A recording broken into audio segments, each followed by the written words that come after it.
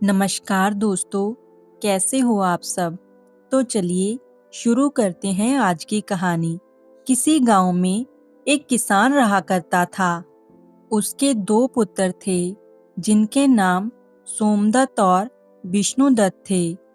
खेती बाड़ी करते हुए उनके दिन बड़े ही सुखपूर्वक बीत रहे थे। एक दिन वो बूढ़ा किसान बहुत ज्यादा बीमार पड़ गया और उसने अपने दोनों बेटों को अपने पास बुलाया और उनसे कहा कि मेरे बच्चों, अब शायद मेरा अंतिम समय आ गया है। मैं ये चाहता हूँ कि मेरे मरने के बाद तुम दोनों भाई आपस में मिलजुल कर रहो और सुख शांति के साथ अपनी जिंदगी गुजर बसर करो। मैंने किसी बुरे वक्त के लिए कुछ अशर्फियाँ इकट्ठी की थी, जिन्हें मैंने घर के पिछवाड़े आम के वृक्ष के नीचे गाड़ रखा है।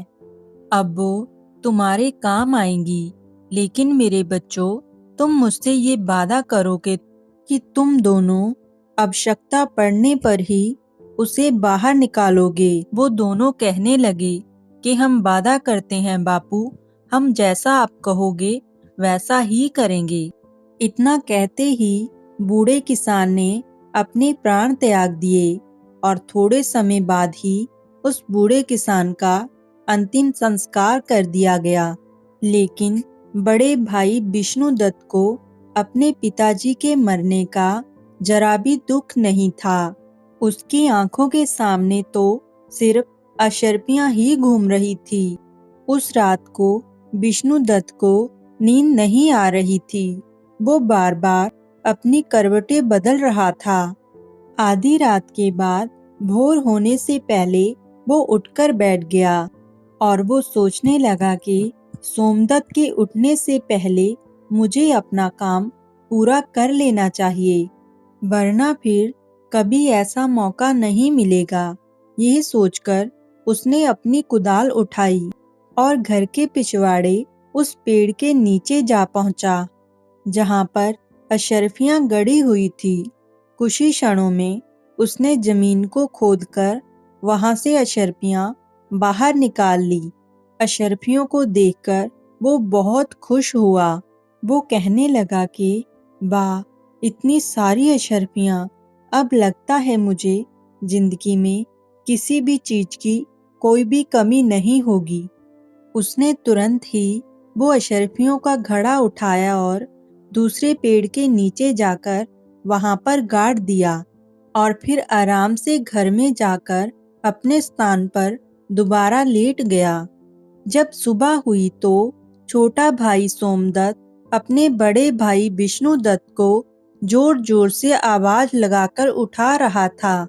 बड़े भैया, भैया जल्दी उठो, गजब हो गया भैया। घर के पिछवाड़े आम के नीचे की जमीन खुदी पड़ी है भैया। वहां से सारी अशर्फियां भी गायब हैं। मुझे लगता है कि कोई चोर हमारी सारी अशर्फियां लेकर चोरी कर कर निकल गया है। क्या बकता है मूर्ख, चल मैं देखता हूँ। जब दोनों भाई उस जगह पर पहुंचे तो सच में ही वो जमीन खुदी पड़ी थी। छोटे भाई सोमदत्त ने कहा कि अब क्या करें भैया? मेरे विचार से हमें पहले कोतवाली में जाकर सूचना देनी चाहिए। ठहरो सोमदत्त, कोतवाली जाने की कोई जरूरत नहीं है। लेकिन क्यों भैया? मैं अच्छी तरह जानता हूँ कि चोर कौन है, कि जिसने ये दबी हुई अशर्फियां निकाली हैं। क्या आप जानते हैं वो कौन है भैया? तुम जानना चाहते हो तो सुनो, वो चोर तुम ही हो। भैया, ये आप क्या कह रहे हो? नहीं भैया, मैं और चोर नहीं, मैंने कोई चोरी नहीं की। तो बड़े भैया कहने लगे, अब बको मत, तुम्हारे और मेरे अलावा इन अशर्फियों के बारे में और कोई नहीं जानता था। इसलिए अब ये बात साफ है कि तुम अकेले ही सारी अशर्फियां हड़प करना चाहते हो। आप ऐसा मत कहो भैया, मैं सच कहता हूँ, मैंने कोई अशर्फियां नहीं चुराई। मैं कुछ नहीं जानता। या तो तुम मुझे वो असरफियां लौटाओ, नहीं तो तुम इस घर के दरवाजे अपने लिए हमेशा हमेशा के लिए बंद समझो। ठीक है, यदि आपको मेरी बात पर विश्वास नहीं है, तो मैं ये घर ही क्या, ये पूरा गांव छोड़कर चला जाऊंगा। सोमदत्त दुखी मन से तुरंत ही वहां से चल पड़ा। वह सोचने लगा कि सच्चाई जाने बिना ही बड़े भाई ने मेरे साथ ऐसा सलूक क्यों किया। अब बदनाम होने से अच्छा है कि मैं ये गांव छोड़कर ही चला जाऊं। जबकि घर पे बैठा विष्णुदत्त बड़े आराम से ये सोच रहा था कि वाह, कितनी आसानी से ये कांटा अपने आप निकल गया। अब सारी अशर्फियां सिर्फ मेरी हैं। और दूसरी तरफ सोमदत्त दुखी मन लेकर वहां से चलता ही जा रहा था। और चलते चलते उसके मन में कई तरह के विचार उत्पन्न हो रहे थे। उसके मन में एक विचार ये भी आया कि कहीं भैया ने सारा धन हथियाने के लिए ये कोई चाल तो नहीं चली। वह अपने विचारों में मगन होकर लगातार चलता ही जा रहा था कि तभी वह एक बड़ी सी चट्टान के ऊपर जा पहुंचा। अब रात हो चुकी थी और चारों ओर अंधेरा छाने लगा था। उलझन में पड़ा सोमदत्त ये सारी बातें सोच ही रहा था कि तभी उसके कानों में कुछ आवाज आई, ये 2000 तुम्हारी और ये 2000 मेरी। वह सोचने लगा कि ये आवाजें कैसी हैं। सच्चाई जानने के लिए सोमदत्त नीचे की ओर झुका। उसने देखा कि दो आदमी वहां पर थे और वो दोनों धन का बंटवारा कर रहे थे। सोमदत्त को ये समझने में देर ना लगी कि ये दोनों चोर हैं और ये दोनों चोरी का माल बांट रहे हैं कि तभी अचानक से सोमदत्त का पैर फिसल गया और वो उन चोरों के बीच में जाकर गिर गया। अंधेरा होने के कारण चोरों को कुछ भी दिखाई नहीं दिया और वो डर गए और डर के भागने लगे और कहने लगे कि भागो भागो भाई यहाँ से। लगता है कि ये राजा का कोई गुप्तचर या फिर उनका कोई सिपाही है। भागो। तो दूसरा चोर कहने लगा कि हाँ भाई, तुम ठीक कहते हो, चलो भागो यहाँ से। चोर अपना चोरी का माल छोड़कर डर के मारे वहां से भाग गए। जब सोमदत्त की नजर उन अशर्फियों पर पड़ी तो वो मन ही मन में बहुत खुश हुआ। लेकिन तभी उसके मन में एक दूसरा विचार आया, ये स्वर्ण मुद्राएं चोरी की हैं, इन्हें साथ में ले जाना ठीक नहीं होगा। इन्हें मैं यहीं पर गाड़ देता हूँ और जरूरत पड़ने पर इनको ले जाऊंगा। यही सोचकर सोमदत्त ने वो सारी मुद्राएं एक पेड़ के नीचे गाड़ दी और रात वहीं पर बिता के सुबह अपने रास्ते पर चलने लगा।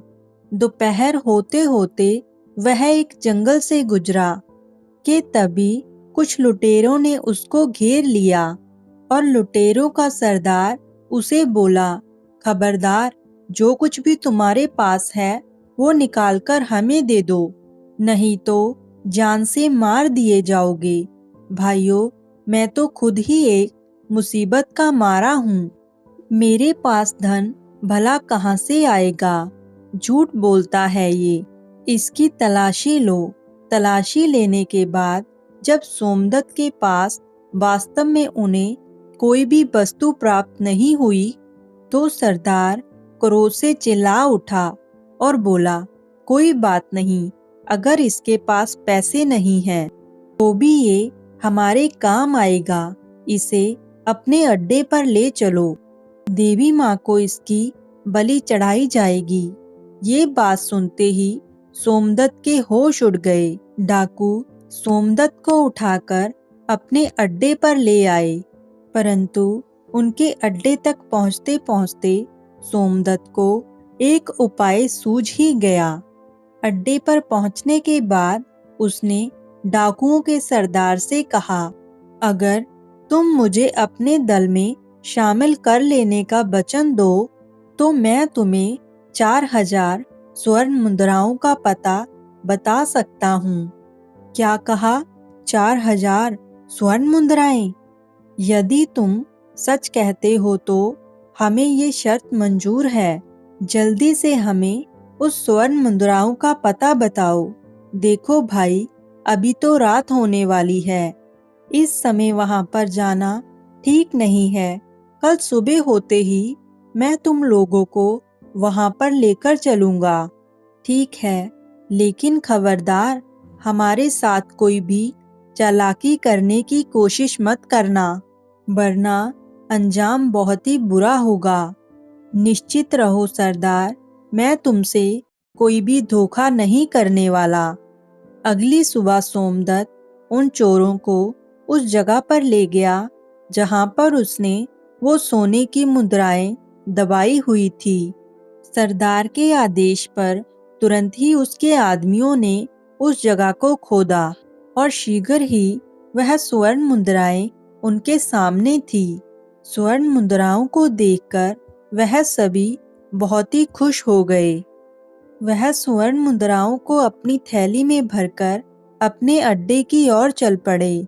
परंतु सोमदत्त के दिमाग में अभी भी कोई और ही योजना चल रही थी। वह सोच रहा था कि ये स्वर्ण मुद्राएं एक तरह से तो मेरे काम में ही आई हैं, लेकिन मैं जरूर ही इनके लिए जल्द ही मौत का कारण बन जाऊंगा। इस घटना के बाद सोमदत्त उन लुटेरों के गिरोह के साथ ही रहने लगा और वह लुटेरों के सरदार का सबसे विश्वसनीय आदमी बन चुका था। कुछ समय बाद सोमदत्त ने उस लुटेरों के सरदार से कहा कि सरदार, मैं 1 सप्ताह के लिए अपने घर जाना चाहता हूँ। वहाँ पर मेरी बूढ़ी माँ है और एक बार मैं उनसे मिलना चाहता हूँ। सरदार, जो सोमदत्त की योजना से बिल्कुल ही अनजान था, वह सोमदत्त को अपना सबसे विश्वास योग्य आदमी मानता था और उसने सोमदत्त को 1 सप्ताह के लिए अपने घर पर जाने की आज्ञा दे दी। सोमदत्त अपने घर जाने के लिए रवाना तो हुआ, परंतु वो अपने घर जाने की बजाय राजा के महल की तरफ चला गया। उधर राजमहल में महाराज पहले ही उस डाकू के आतंक से बहुत परेशान थे। वो अपने महामंत्री से कह रहे थे कि महामंत्री जी, आखिर वो डाकू कब पकड़ा जाएगा? पूरा देश उसके आतंक से परेशान हो रहा है। और मंत्री जी बोले, मैं अपनी तरफ से पूरी कोशिश कर रहा हूँ महाराज। वो आतंकी जल्द ही आपको महल की कारागार में नजर आएगा। उसी समय वहां पर एक पहरेदार आया और बोला, महाराज की जय हो। महाराज, एक व्यक्ति आपसे डाकू जगीरा के संबंध में मिलना चाहता है। अच्छा, तो उसे तुरंत यहाँ पर लेकर आओ। कुछ समय बाद ही वो पहरेदार सोमदत्त को राजा के सामने लेकर आया। सोमदत्त बोला, महाराज को मेरा प्रणाम। मुझे सोमदत्त कहते हैं महाराज। राजा बोला, कहो नौजवान, तुम जगीरा के बारे में क्या जानते हो? क्षमा करें महाराज, इसके बारे में मैं आपसे एकांत में बात करना चाहता हूँ। मंत्री ने कहा कि हे दुष्ट, क्या तुम जानते नहीं, यहाँ राज्य के सम्मानित और विश्वास पात्र व्यक्ति मौजूद हैं। जो कहना चाहते हो तुम, वो सबके सामने कहो। ठहरिए महामंत्री जी, यदि ये हमसे एकांत में बात करना चाहता है तो हम इससे एकांत में ही बात करेंगे। आप लोग जाइए। उसके बाद सोमदत्त ने राजा को अकेले में पूरा किस्सा कह सुनाया और आगे बोला कि महाराज, इस तरह मैं अब उस डाकू का विश्वास पात्र आदमी बन चुका हूँ और अब मैंने उसे अपने जाल में फंसा लिया है। अब बस उसे और उसके साथियों को पकड़ने के लिए मुझे अब आपकी सहायता की आवश्यकता है। बहुत खूब नौजवान, तुम्हारी चतुराई और साहस से मैं बहुत ही प्रसन्न हूँ। उन भयानक डाकुओं को पकड़ने के लिए जो भी सहयोग चाहिए मैं करने को तैयार हूँ। कहो क्या करना होगा? महाराज, परसों रात को आप कम से कम अपने 500 सिपाहियों को मेरे साथ भेजें और मैं उन सभी को उन डाकुओं के अड्डे पर ले जाऊंगा, जहां पर वो सैनिक उन डाकुओं पर आक्रमण कर देंगे और उन डाकुओं के गिरोह को गिरफ्तार कर लिया जाएगा। बिल्कुल ठीक बेटा, तुम्हारी सलाह बिल्कुल उचित है। तो ये तय रहा कि हम परसों रात को हमारे सैनिकों को तुम्हारे साथ भेजेंगे। तब तक तुम यहीं राजमहल में रहो और हमारे शाही मेहमान बनकर रहो। और उसके 2 दिन बाद सोमदत्त अपनी योजना के अनुसार सैनिकों को लेकर डाकुओं के अड्डे पर पहुंच गया। सैनिकों की टुकड़ी ने उन डाकुओं पर आक्रमण कर दिया। कुछ ही समय में सब सैनिकों ने उन डाकुओं को गिरफ्तार कर लिया और उनमें से कुछ डाकू मारे भी गए और जो बचे हुए थे उनको महाराज के सामने पेश किया गया। वहां पर सोमदत्त को देखकर डाकुओं का सरदार मन ही मन में सोचने लगा, उफ, कितना बड़ा धोखा हो गया। इस शैतान के बच्चे सोमदत्त ने हमें कहीं का नहीं छोड़ा। अगले दिन दरबार में सभी दरबारियों और मंत्रियों से विचार विमर्श करने के बाद राजा जयसिंह ने उन सभी डाकुओं को एक ही सजा सुनाई। इन सभी खूनी दरिंदों को हम सजाए मौत देते हैं। सैनिकों, अब तुम इन्हें ले जाओ और अगली अमावस के दिन इन्हें फांसी पर लटका देना। उसके बाद राजा जयसिंह ने कहा कि सोमदत्त, तुम्हारी बहादुरी से हम बहुत ही प्रसन्न हैं। आज से हम तुम्हें अपना सेनापति नियुक्त करते हैं। आपका धन्यवाद महाराज, जो आपने मुझे देश की सेवा करने के लायक समझा। दूसरी तरफ बड़ा भाई विष्णुदत्त अपने बाप की मेहनत की कमाई को बुरे कामों में बर्बाद कर रहा था। उसे जुआ खेलने की बुरी लत लग चुकी थी। वो शराब और जुए में अपना सारा पैसा बर्बाद कर चुका था। उसकी हालत यहाँ तक बुरी हो चुकी थी कि अब उसके पास खाने के लिए अन्न तक भी नहीं था। पूरे गांव में वो इतना बदनाम हो चुका था कि अब उसे गांव में कहीं भी कोई भी काम नहीं मिल रहा था। इसलिए उसने ये निश्चित किया कि इस गांव में भूखे मरने से अच्छा है कि मैं किसी दूसरे गांव में जाकर कोई काम धंधा ढूंढूं। इसी तरह वो चलता चलता उसी राज्य में आ पहुंचा जहां पर उसका भाई सोमदत्त सेनापति था। उसी नगर में वो किसी सेठ जी की दुकान पर गया और उससे पूछने लगा कि सेठ जी, क्या मुझे कोई काम मिलेगा? तो सेठ जी ने उसे कहा कि अरे भाई, तुम तो चेहरे से ही चोर उचक्के लगते हो, तुम्हें भला कोई क्या काम देगा? इसलिए मुझे माफ करो भाई और यहाँ से जाओ। विष्णुदत्त सोचने लगा कि उफ, ईमानदारी से शायद मुझे यहाँ पर कोई काम नहीं देगा। अब तो पेट भरने के लिए मुझे चोर उचक्का ही बनना पड़ेगा। तभी उसकी नजर सेठ जी के पास रखी हुई एक थैली पर पड़ी। उसे लगा कि ये स्वर्ण मुद्राओं की थैली है।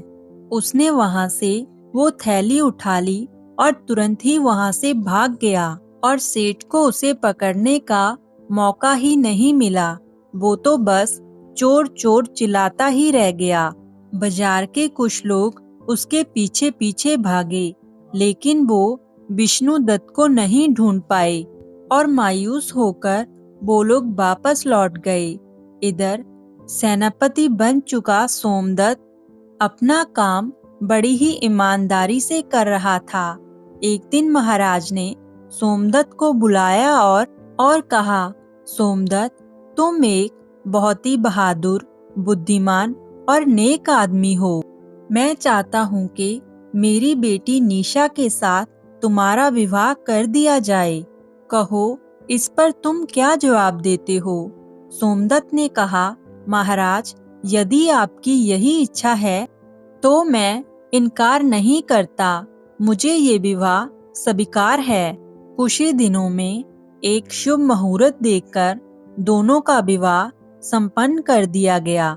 विवाह को अभी कुछ ही दिन बीते थे और महाराज ने सोमदत्त को कहा कि बेटा सोमदत्त, अब हम बूढ़े हो चुके हैं और इसलिए हम चाहते हैं कि अब राज्य की बागडोर तुम संभाल लो।